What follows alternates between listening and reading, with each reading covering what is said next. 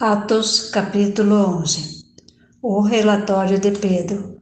Os apóstolos e os outros seguidores de Jesus em toda a região da Judeia souberam que os não-judeus também haviam recebido a palavra de Deus.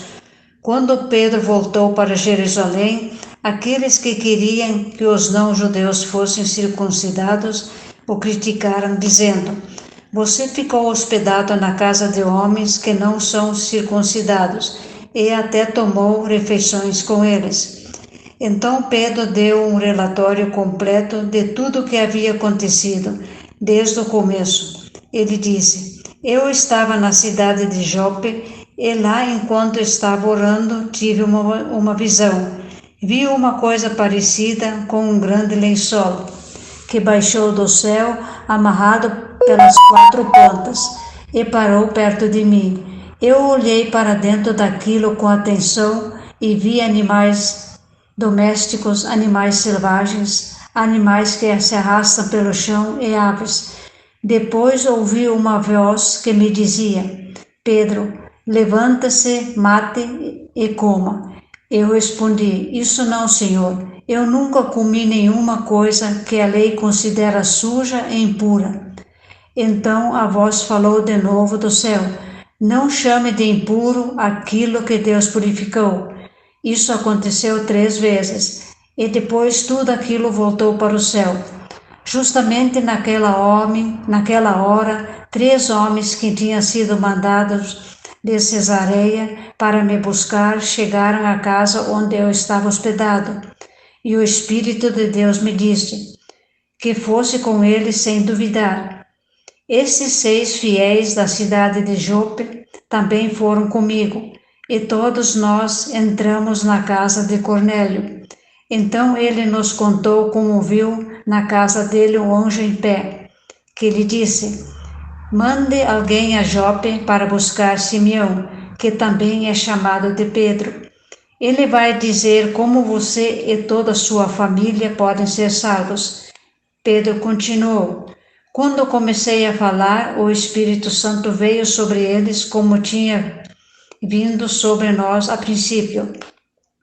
Aí eu lembrei que o Senhor Jesus tinha dito: É verdade que João batizou com água, mas vocês serão batizados com o Espírito Santo." De fato, os não-judeus receberam de Deus o mesmo dom que nós recebemos, quando cremos que o Senhor Jesus Cristo é quem era eu para ir com Deus. Quando viram isso, eles ficaram sem ter o que dizer e louvaram a Deus, dizendo: Então Deus deu também aos não-judeus a oportunidade de se arrependerem e ganharem a vida eterna. A igreja de Antioquia. Os seguidores de Jesus foram espalhados pela perseguição que havia começado com o monte de Estevão.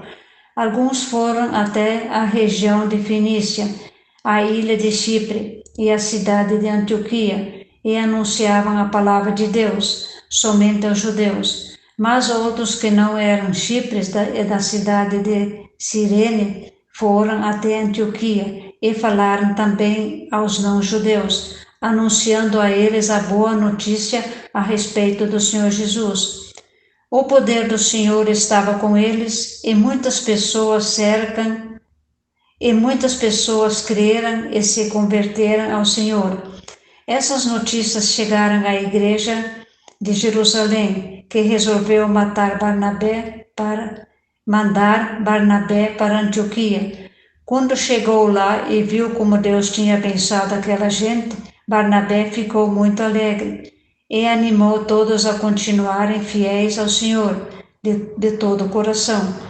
Barnabé era um homem bom, cheio de Espírito Santo e de fé, e muitos se converteram ao Senhor.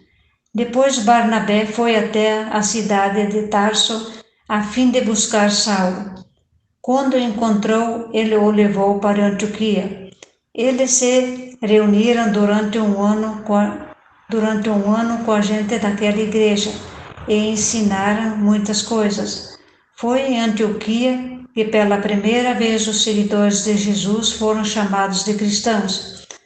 Naquele tempo, alguns profetas foram de Jerusalém para Antioquia.